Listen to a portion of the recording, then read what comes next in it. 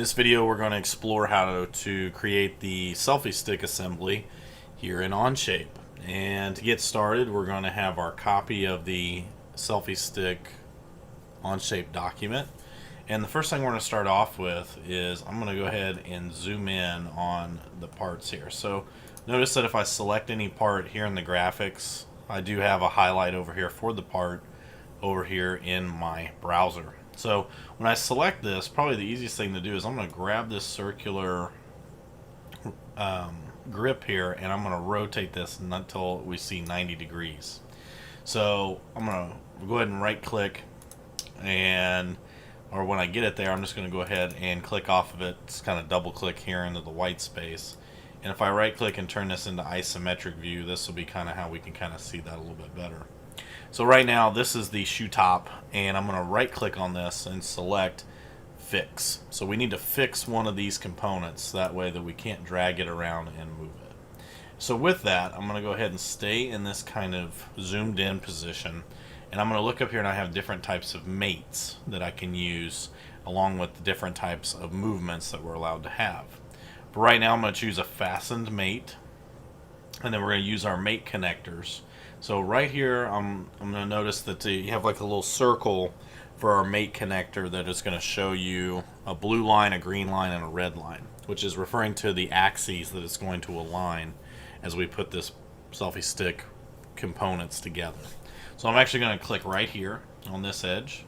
Notice it'll highlight that edge right there, and I want to line it up right here. So notice how the blue line sticks out, and notice how this portion is going to go right into that hole the way that it lined up with those axes. I'm going to go ahead and select the green check mark to apply that mate. If we like what we see, then we're going to go ahead and apply that. Alright, the next one here, we're going to do another fasten mate. I'm going to go ahead and hover over this face. I'm going to hold my shift key on my keyboard to lock this face in, because sometimes when you get close to an edge, it wants to flip that mate connector, or it wants to kind of change it over to an edge like this, when I really want it to be like that. So I'm going to go ahead and hold my shift key, and I'm going to go ahead and grab this portion right here, right there where that line of tangency is, and where that is on this face, again, I'm going to hold shift. When I get there, it's going to be right there. And what you're going to see is those are going to line up together, and that's going to be what happens. So I'm going to go ahead and click the green check mark. We're doing pretty well here. I'm going to go ahead and change. So while I've got this open is I can either select a revolute mate, which is what I can do, or I can also change it from the mate type menu, which is a drop down. But what I'm going to do next is I'm going to zoom in here. I'm actually going to rotate around with my right mouse button, and I want to grab the inside circle of this hole on this particular part, and I'm going to rotate back around until I can match it up with this particular side. So here is where our revolute is going to happen. Notice how it's not quite even on both sides. So I'm going to click on the top view here and pan over to show you that. What we're going to do is we're going to create an offset. So in this menu, I'm going to check this box, and it says on the Z I need to change that offset. Based on measurements, it's going to be 0.025. Now notice how it's kicking it over to the left. If it goes in the wrong direction, I need to make that a negative. So that way it'll create a little bit of space and line up between those parts perfectly. Now, some things that I'll go ahead and take a look at is this is going to be a revolute. I'm going to go ahead and hit the green check mark on this. And actually I'll go ahead and close this menu. Now that I put this back into isometric view, remember this part is fixed, so we can't move. But if I click and drag, I should be able to move this portion, and it revolutes or rotates about that point that I selected on those mate connectors. So what I can do now is, now you will notice that it does kind of interfere with that, and Onshape doesn't understand kind of what's going on. But if I have this turned in a position that I need it to go back to the home, like a home position, I can go down here into my mate features, find that revolute one, right click on it, select the reset option, and then the other thing that I'll take a look at too, so I'm going to right click on it and I'm going to select edit, and let's go ahead and check some limits while we're on here. Right now we have no maximum and no minimum. So what we're going to take a look at is, let's have a -90, and then for this one we'll have 90 degrees. And when I go ahead and animate that degree of freedom, you're going to see how much movement that's going to have. It's just going to be able to go up and down kind of like that. It's not going to be able to phase itself into the other parts. So I'll go ahead and click the green check mark, and even as I click and drag, it stops here and it stops up in this position too. So if I ever want it to come back, which I do, right click, select reset, and that brings it back into this position. So we just applied a joint limit on there to keep it from being able to and control what kind of movement that it's allowed to have. For our next one, we're going to go ahead and we're actually going to bring in a part to put in here that comes from McMaster-Carr, which is a hardware supplier. And I'm going to go ahead and move over into McMaster-Carr website. And so as I take a look at this, in the search, I can go ahead and type in the number for the part. Its number is 91185A911, and it's going to be a two-head thumb screw, two-arm thumb screw. And what we're going to look for is here in this menu, we can actually scroll down, and it's already picked up that we're going to have a 1-inch fully threaded screw. On the drop down, I want to select, we want a 3D step file, and I'm going to select download. And that'll send that to the downloads folder. When I go back to Onshape, so I'm going to switch back over to my tabs, I'm actually going to go ahead and leave this file, and I'm going to go ahead and click on the Onshape logo to bring me back to my folder. And I'm going to select Create, and I'm going to import files. And with the files, I'm going to go ahead and choose that thumb screw file, which I've already got. I've downloaded a couple times testing this out. I'm going to go ahead and grab that file and say Open. I'm going to have it import as a single document and import the appearances, and I'm just going to click on Import. You're going to see the progress of the import here, and it may take a little bit of time, again, as far as it says translation in progress, to be able to kind of make that happen. Okay, I'm going to go ahead and close this menu. So it says translation was completed. I'm going to go ahead and click on the file. Here's what may happen. So once the translation is completed, this is going to be the part that comes in. So this is our thumb screw. And what we can do here while we've got this is I'm going to right click on the work plane and say hide all planes, and let's go ahead and we'll hide the origin by clicking on the eyeball. So here's going to be our thumb screw. Some of these pieces, like here, you'll notice that it has two components. It has the head and it has the threading. So on the head, actually, I'm going to right click on that and say edit appearance. Let's choose that to be black and hit the green check mark. So that'll kind of make it look a little bit more like some of those thumb screws you see on a selfie stick. I'm going to go ahead and now click on the Onshape icon again. And you'll notice that it still shows up with that kind of color and with the kind of orange color or anything like that. So what we may have to do is kind of take a look at, creating a version. And here we'll just call this V2 and say create. Now when I go ahead and go to the Onshape document, you'll notice it'll update because now it's got a newest version to pull from since we made some edits.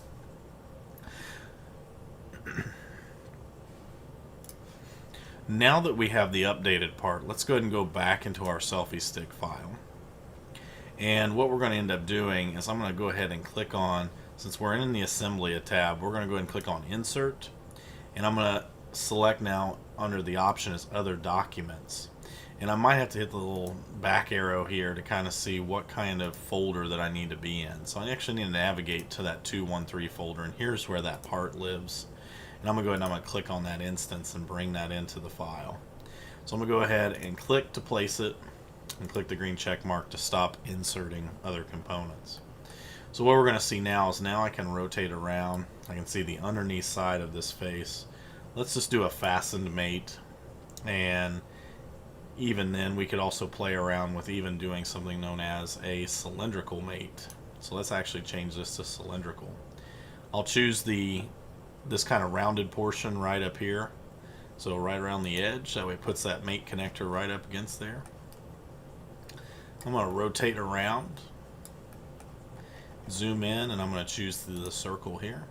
Now if I don't like what's going on, I can flip the primary axis, and right now it looks like it may not bring everything over, but let's go ahead and hit the green check mark.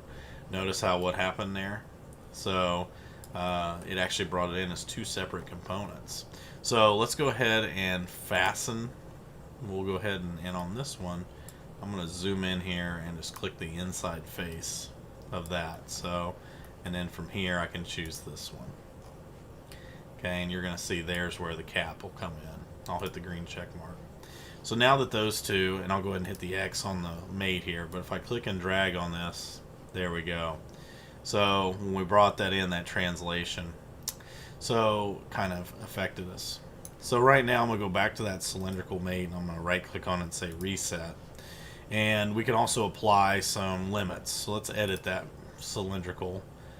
And here we could say, as far as on the Z, what would be the minimum and maximum. So right now we'll say minimum of 0 because that would be the position it is. And now maybe we want this to go out to be, let's only do about 3/4 of an inch and see what kind of animation movement we kind of going on.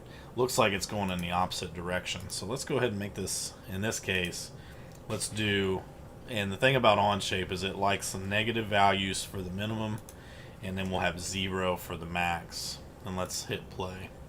So there's that translation, and then we're not going to have any rotation kind of movement. So let's go ahead and click the green check mark. So I pull that out, you can see I can still spin it, and I can still move it in and out. So there's your cylindrical kind of position, and if I need to move it back to the reset position, I can do that. So there's kind of some realistic, you know, of it unscrewing and rescrewing back into the selfie stick.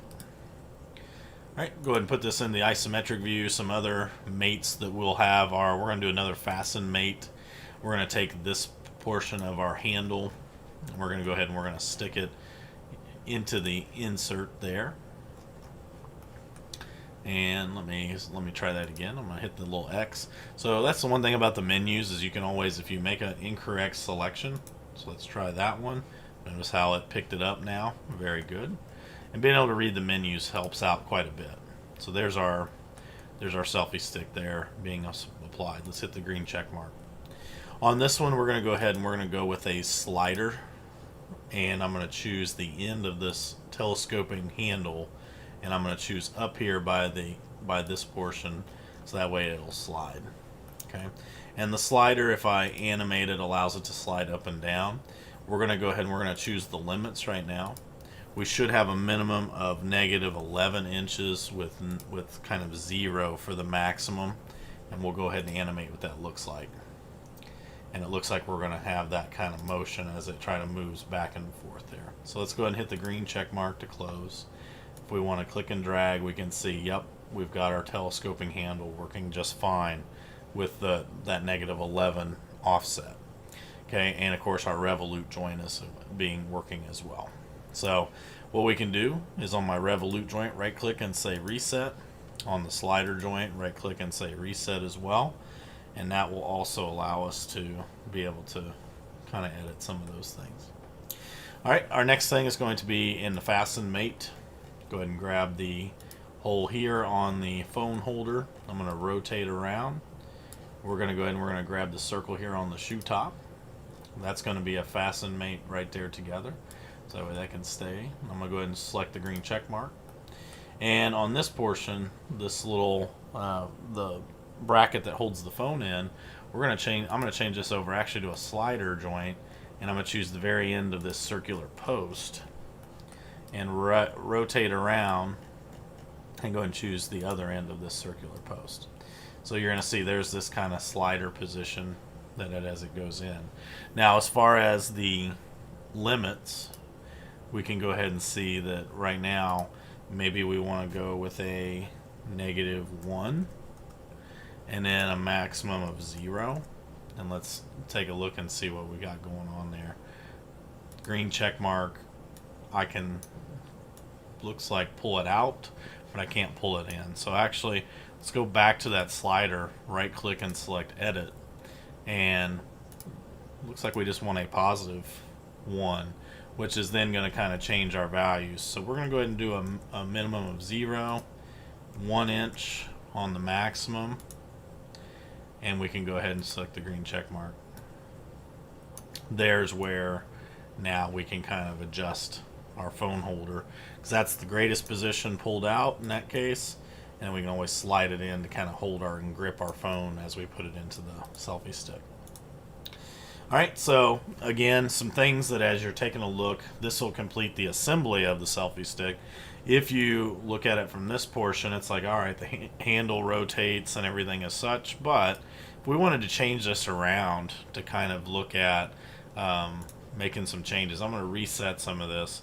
Right now, the shoe top is what's fixed, and let's say I want to right click on that and I want to unfix that.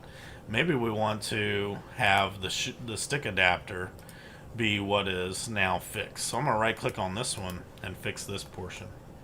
So now what's going to be the part that rotates is this part right here.